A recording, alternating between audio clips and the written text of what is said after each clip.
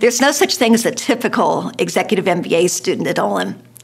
Most people, though, who come here are seeking for something. They're seeking to contribute more to their organizations. They're seeking to learn about their strengths. They're seeking to connect with others. And they are truly at the point in their careers where they have had considerable success, and now they're looking for significance.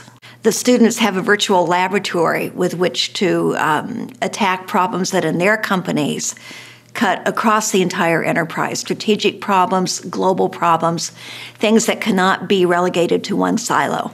Executive MBAs, of course, by definition, work while they're going to school. And what we found is that when they learn something on a weekend, by Monday, they're practicing it in their workplace. CEOs and other corporate leaders report to us that our students immediately start asking different questions. They are asking to attend different meetings. They're contributing in ways that they didn't contribute before.